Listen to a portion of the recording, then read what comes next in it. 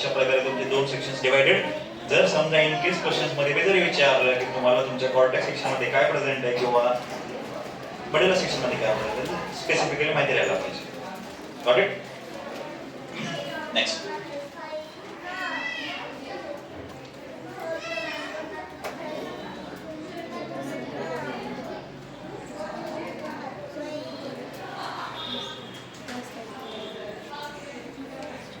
अजून दोन स्ट्रक्चर आहेत तुमच्या या सेक्शन मध्ये. हे जे वाला पार्ट आहे याला आपण अफेरेंट आर्टेरिओल, हा झाला तुमचा अफेरेंट आर्टेरिओल. ओके, हे झाला तुमचा इफरेंट आर्टेरिओल. म्हणजे काय की तुमच्या नेफ्रॉन कड ब्लड आणायचं काम अफेरेंट आर्टेरिओल करतोय. शब्द मी काय वापरलो बघा.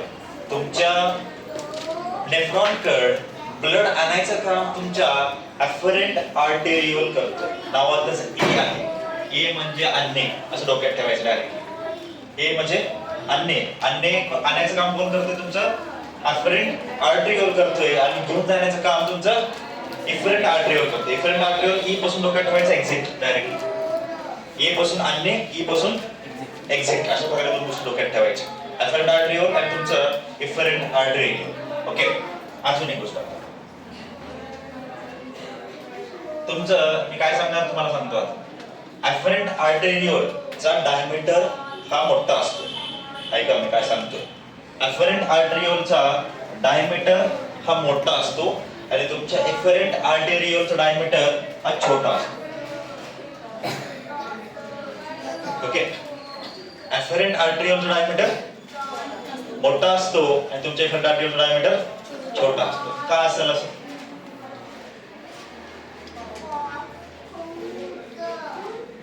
का असेल असं? कारण की अफेरेंट आर्टेरिओल काय करतोय? आणायचं काम करायला. इफरेंट आर्टेरिओल घेऊन जायचं काम करत. म्हणजे तुम्हाला आता गोष्टी सांगतो काय. थोडस फनी वे मध्ये जाऊ आपण. म्हणजे काय, समजा तुम्ही गाडीवर बाहेर गेले, समजा एक टर्म समजा 4 लेनची सडक आहे.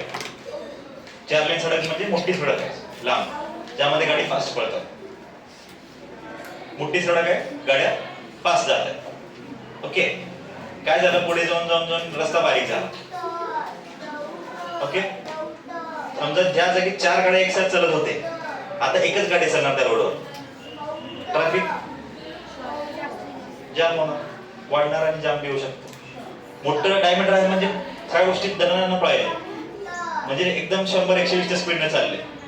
जसं जसं पुढे रोड कमी होईल तसं तुमचं स्पीड कमी होणार आहे, ट्रॅफिक जाम होणार. ह्याच्यामध्ये आला पप्पाचा फोन. समजा पप्पाचा फोन आला, प्रेशर वाढलं, घरला पोहोचायचंय. पप्पा म्हणले कुठे आहेस? तुम्ही काय केलं? इथं जातो म्हणून गेलास तिकडे लांब थोडं पुढे 2-4 किलोमीटर जाऊन आलात बाहेर. पप्पाला काय माहिती नाही.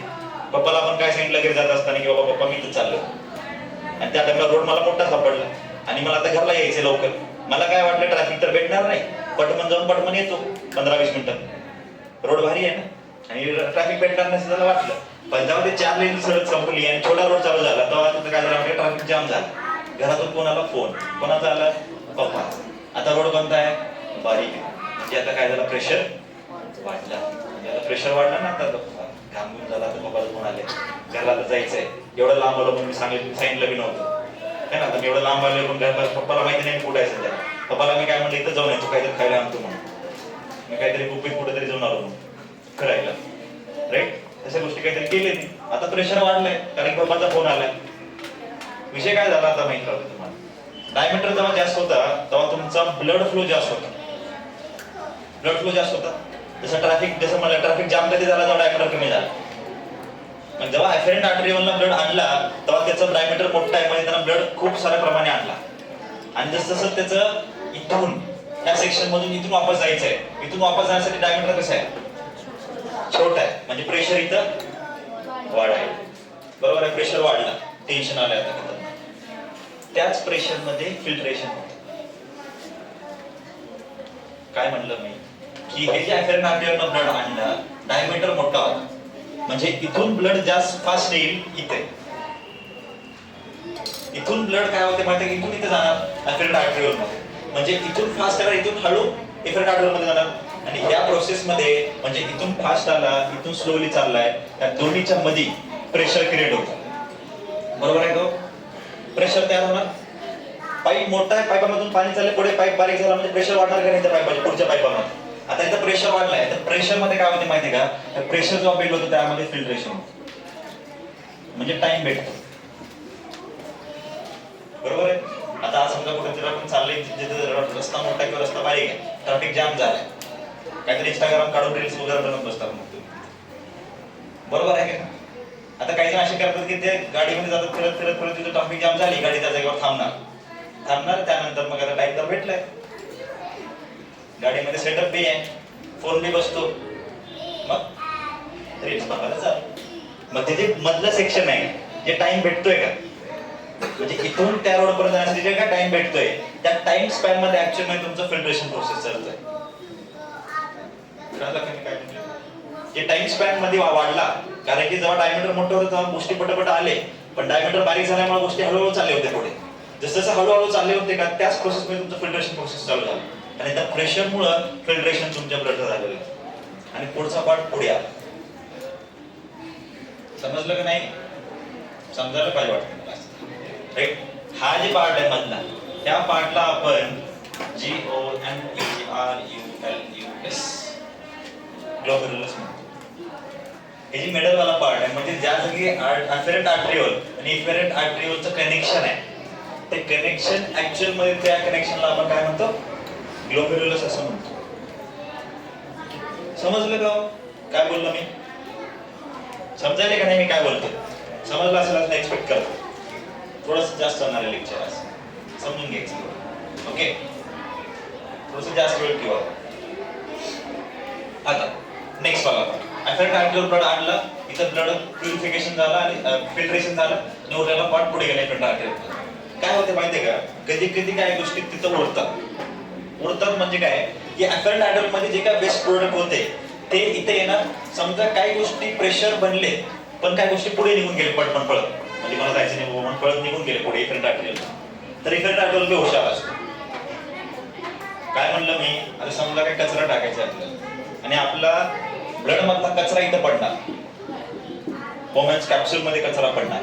काय होते काही टायमाला कचरा, समजा आपण ते झाडून तुम्ही जेव्हा माती काढतात त्या सुपलीमध्ये हेच असतात बघा, तेव्हा थोडं थोडं उडत राहते. बघितले कधी तुम्ही? जेव्हा घरात आपण झाडू काढतो तेव्हा ते कचरा जमा होतो. ओके, अशी सुपली असते बघा, राईट. त्याच्यावर आपण कचरा पुढे टाकायचं, मग थोडं थोडं पार्ट उरत जाते. उरते का? लास्टला आपण काय करतो, कोपऱ्यात टाकलं जातं डायरेक्ट. असं करतो का आपण? झाडू मुळात ऍक्च्युअली त्या सुपलीमध्ये येतच नाही ना जर कचरा.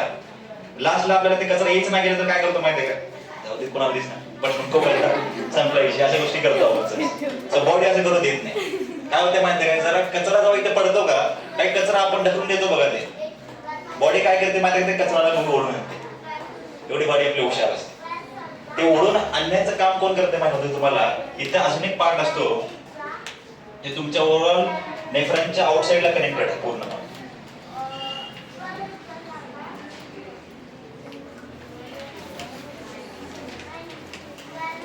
म्हणजे तुमच्या हा ब्लड वेसल पूर्णपणे तुमच्या नेफ्रॉनच्या अवतीभोवती फिरलेला आहे. ओके, त्याला आपण काय म्हणतो माहितीये का, वासा रेक्टा म्हणतो. वासा रेक्टा असं म्हणतो. हो, वासा रेक्टा म्हणतो, राईट. वासा रेक्टा असं म्हणतो. म्हणजे जे कचरा अजून उरलेला होता, जे आपण ढकलून दिला साईडला, त्या कचऱ्याला परत वापस आणण्याचं काम तुमचा वासा रेक्टा करतो.